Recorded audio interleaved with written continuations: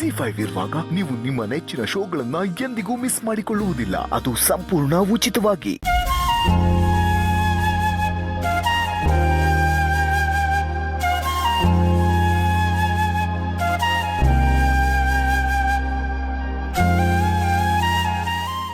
ಚೆಲ್ವಿ,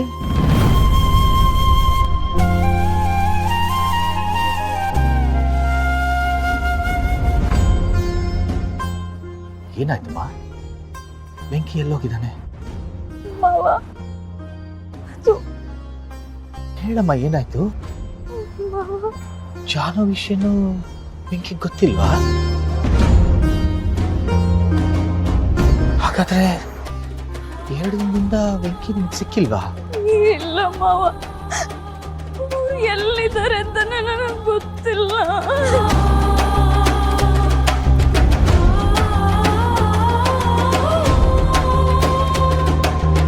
ಏನ್ ಹೇಳ್ತಾ ಇದೀಯಮ್ಮ?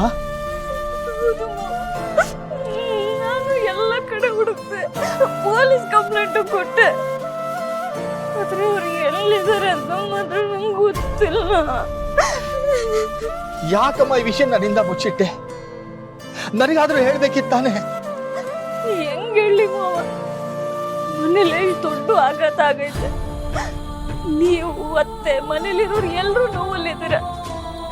ಈಗ ಈ ವಿಷಯನೂ ಹೇಳಿ ಇನ್ನೂ ಹೆಂಗ್ ದುಃಖ ಕೊಡುವಂತೀರ? ಅದೇನಾದ್ರೂ ಆಗಿರ್ಲಿ, ನನಗಾದ್ರೂ ಹೇಳ್ಬೇಕಿತ್ತಲ್ಲಮ್ಮ.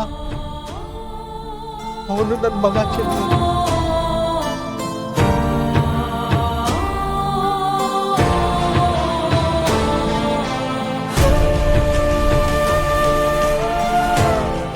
ಒಬ್ಳನ್ನು ಕಳ್ಕೊಂಡಿರೋ ದುಃಖನೇ ಮರೆಯಕ್ಕಾಗ್ತಿಲ್ಲ. ಬೆಂಕಿಗೆ ಏನಾದ್ರು ಆದ್ರೆ ನಾನ್ ಬದುಕಿರಲ್ಲಮ್ಮ. ಅವ್ರು ಯಾವತ್ತೂ ಯಾರಿಗೂ ಹೇಳ್ದೆ ಈಗೆಲ್ಲೂ ಹೋದಂತ ಹುಡುಗನೇ ಅಲ್ಲ.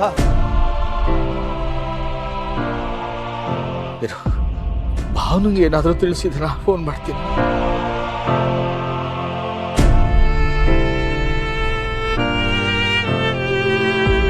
ಭಾವನಾ, ಮನೇಲೇ ಇದೆಯಮ್ಮ? ಅದನ್ನ ನಾನು ಫೋನಲ್ಲಿ ಹೇಳಕ್ಕಾಗಲ್ಲ ಮಗಳೇ. ಅಲ್ಲಿಗೆ ಬಂದು ಮಾತಾಡ್ತೀನಿ. ಈಗಲೇ ಹೊರಟು ಬರ್ತೀನಿ.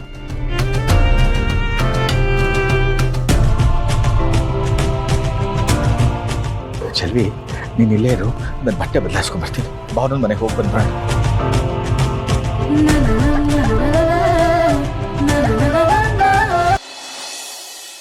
ಶಾಂತಮ್ಮ, ಜಾನ್ವಿಯವ್ರನ್ನ ನಾನು ತುಂಬ ಜೋಪಾನವಾಗಿ ನೋಡ್ಕೋತಾ ಇದ್ದೆ. ಅವ್ರನ್ನ ಬಿಟ್ಟು ನನಗೆ ಒಂದು ಕ್ಷಣನೂ ಇರೋಕ್ಕಾಗ್ತಿರ್ಲಿಲ್ಲ. ಜೀವನ ಪೂರ್ತಿ ಅವರಿಲ್ಲದೆ ಕಳಿಬೇಕು ಅಂದರೆ ಹೇಗೆ ಶಾಂತಮ್ಮ? ಕಾರು ಮೋಡಗಳ ಮಧ್ಯೆ ಮಿನುಗೋ ನಕ್ಷತ್ರದ ಹಾಗೆ ನನ್ನ ಜೀವನದಲ್ಲಿದ್ದರು. ಈಗ ಆ ನಕ್ಷತ್ರನೂ ಅಸ್ತಮಿಸಿ ನನ್ನ ಜೀವನ ಕತ್ತಲು ಗವಿ ಆಗ್ಬಿಟ್ಟಿದೆ ಶಾಂತಮ್ಮ, ಕತ್ತಲು ಗವಿ. ಕಣ್ ಬಟ್ಟೆ ಕಟ್ಟಿ ಪ್ರೀತಿ ಮಾಡೋ ನಿನ್ನ ಪ್ರೀತಿನ ಸಹಿಸ್ಕೊಂಡು ಹೇಗೋ ಇರ್ತಾಳೆ ಅವಳು. ಆ ಪ್ರೀತಿನೇ ಅವಳಿಗೆ ಉಸಿರು ಕಟ್ಟಾಗ ಆಗಿರ್ಬೇಕು. ನೀನ್ ಸುಳ್ಳು ಹೇಳ್ತಿದೀಯ ಅನ್ಸುತ್ತೆ. ಅವಳು ಕಾಲ್ ಜಾರ್ ಬಿದ್ದಿರಲ್ಲ, ಅವಳೇ ಹಾರಿ ಪ್ರಾಣ ಕಳ್ಕೊಂಡಿರ್ತಾಳೆ. ನಾನು ಜಾನ್ವಿಯವ್ರನ್ನ ಚಿನ್ನು ಮರಿ ಅಂತ ಕರೀತಾ ಇದ್ದೆ. ನಿಮಗೆ ಗೊತ್ತಲ್ಲ ಶಾಂತಮ್ಮ, ತಾತ ಇದ್ದಾಗ್ಲಿಂದಾನು ಚಿಕ್ಕ ವಯಸ್ಸಲ್ಲೂ ನಾನು ಒಂಟಿಯಾಗೆ ಬೆಳೆದವನು. ನಾನು ಒಂಟಿತನ ದೂರ ಮಾಡ್ದವರು ಜಾನ್ವಿಯವರು.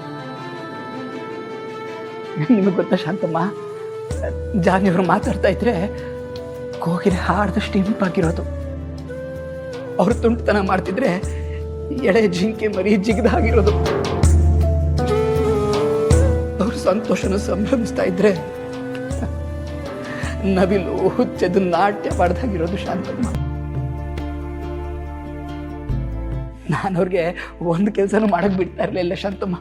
ಎಲ್ಲ ಕೆಲಸನೂ ನಾನೇ ಮಾಡ್ಬಿಡ್ತಾ ಇದ್ದೆ. ನನ್ನ ಪ್ರೀತಿಯ ದೇವತೆ ನೋಡ್ಕೊಂಡೆ. ನನ್ನ ಮಹಾರಾಣಿ ಇದ್ದಾಗ ಅವ್ರ ಈ ಮನೇಲಿದ್ರು ಶಾಂತಮ್ಮ. ಅವ್ರ ತಾಯಿ ಆಗ್ತಾರೆ ಅಂತ ಗೊತ್ತಾದ್ಮೇಲಂತೂ ಒಂದು ಸಣ್ಣ ಕೆಲಸನೂ ಮಾಡಕ್ ಬಿಡ್ತಾ ಇರಲಿಲ್ಲ. ನನ್ನ ಪ್ರೀತಿ ಅರಗಿಣಿ ನೋಡ್ಕೊಂಡೆ ಶಾಂತಮ್ಮ.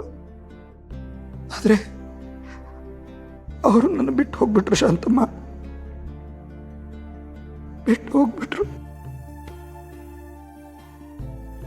ನೀನೇನೋ ರಾಣಿ ತರ ನೋಡ್ಕೊತಿದ್ದೆ, ಆದ್ರೆ ಅದು ಅವಳಿಗೆ ಪಂಜರ ಆಗಿತ್ತು ಅನ್ಸುತ್ತೆ.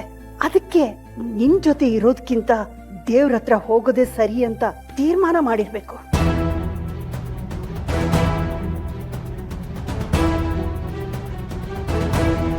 ಶಾಂತಮ್ಮ, ನಾನು ಅವಾಗ್ಲಿಂದ ಚಿನ್ನು ಬರೆಯೋಕೆ ಅಷ್ಟೊಂದು ವಿಷಯ ಹೇಳ್ತಾ ಇದ್ದೀನಿ, ನೀವ್ಯಾಕೆ ಮಾತಾಡ್ತಾನೆ ಇಲ್ಲ? ನಿಮಗೂ ನನ್ನ ದುಃಖ ನೋಡಿ ಸಂತೋಷ ಆಗ್ತಾ ಇದೆಯಾ? ಅಯ್ಯಯ್ಯೋ, ಏನಪ್ಪ ಹೀಗೆ ಮಾತಾಡ್ತಿದ್ಯಾ? ನೀನ್ ಸಂತೋಷವಾಗಿದ್ದಿದ್ರೆ ಏನೋ ಒಂದೆರಡು ಮಾತಾಡ್ಬೋದಾಗಿತ್ತು. ಆದ್ರೆ ಪ್ರಾಣಕ್ಕಿಂತ ಹೆಚ್ಚಾಗಿ ಪ್ರೀತಿ ಮಾಡೋ ಹೆಂಡತಿನ ಕಳ್ಕೊಂಡು ದುಃಖದಲ್ಲಿರುವಾಗ ನಿನ್ ಜೊತೆ ಏನ್ ಮಾತಾಡ್ಲಿ ಅಂತ ಯೋಚನೆ ಮಾಡ್ತಾ ಇದ್ದೀನಿ. ನನಗನ್ನಿಸ್ತಿದೆ ಅವಳಿಗೇನೆ ನಿನ್ ಜೊತೆ ಬಾಳೋ ಅದೃಷ್ಟ ಇರ್ಲಿಲ್ವೇನೋ ಅಂತ. ಅದೃಷ್ಟ ಇತ್ತು ಶಾಂತಮ್ಮ, ಅದೃಷ್ಟನ ನಿಷ್ಠುರ ಮಾಡಿ ದೂರ ಹೋದವ್ರು ಅವರೇ ಅಲ್ವಾ? ಈಗಿನ ಕಾಲದಲ್ಲಿ ಎಷ್ಟೊಂದು ಜನ ಗಂಡಂದ್ರಿಗೆ ಮನೇಲಿ ಒಬ್ಳು ಹೆಂಡತಿ ಇದ್ದಾಳೆ ಅನ್ನೋದೇ ಮರ್ತು ಹೋಗಿರುತ್ತೆ. ಇಲ್ದಿದ್ರೆ ಅವ್ರ ಪಾಲಿಗೆ ಮನೆಯಲ್ಲಿರೋ ಹೆಂಡತಿ ಕೆಲಸದವಳು. ಆದ್ರೆ ನಾನು ಚಿನ್ನಮರಿನ ಹಾಗೆ ನೋಡ್ಕೊಳ್ಳಿಲ್ಲ ಶಾಂತಮ್ಮ.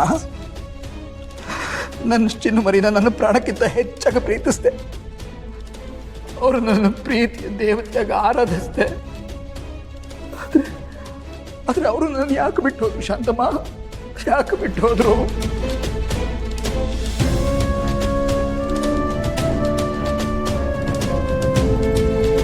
ಅಂತ ಇರುವಾಗ ಅತಿಯಾಗಿ ಪ್ರೀತಿ ತೋರಿಸಿ ಕಳ್ಕೊಂಡ್ಮೇಲೆ ಹಾಗಿದ್ದೆ ಹೀಗಿದ್ದೆ ಅಂತ ಹೇಳಿ ಪ್ರಯೋಜನ ಇಲ್ಲಪ್ಪ. ಎಷ್ಟು ಪ್ರೀತಿಸ್ತಿದ್ದೆ ಅನ್ನೋದಕ್ಕಿಂತ ಅವಳನ್ನ ಎಷ್ಟು ಅರ್ಥ ಮಾಡ್ಕೊಳ್ತಿದ್ದೆ ಅನ್ನೋದು ಮುಖ್ಯವಾಗುತ್ತೆ. ಆದ್ರೆ ನಿನ್ನ ಕುರುಡು ಪ್ರೀತಿಗೆ ಅದೆಲ್ಲ ಕಾಣಿಸ್ಲೇ ಇಲ್ವಲ್ಲೋ. ಪ್ರೀತಿ ಪ್ರೀತಿ ಅನ್ಕೊಂಡು ಆ ಪ್ರೀತಿನೇ ಬಲಿ ತಗೊಂಡ್ಬಿಟ್ಟಿಯಲ್ಲೋ.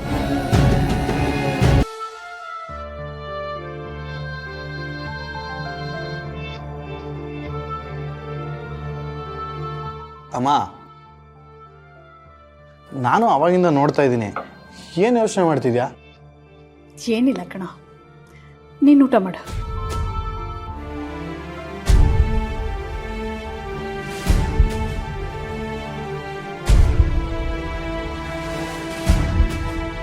ನನಗೆ ಯೋಚನೆ ಮಾಡ್ತಾ ಇದೀಯ ಅಂತ ಕೇಳ್ಬಿಟ್ಟು ಈಗ ನೀನೇ ಯೋಚನೆ ಮಾಡ್ತಾ ಇದೀಯಾ?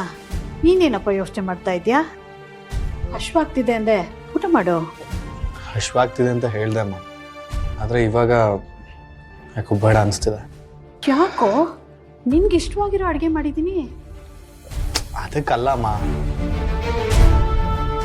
ನನಗೆ ತುಂಬ ಹತ್ತಿರವಾಗಿರೋರು ಯಾರೋ ನೋವಲ್ಲಿದ್ದಾರೆ, ಅವ್ರು ಹಸ್ಕೊಂಡಿದ್ದಾರೆ ಅಂತ ಅನಿಸ್ತಾ ಇದೆ.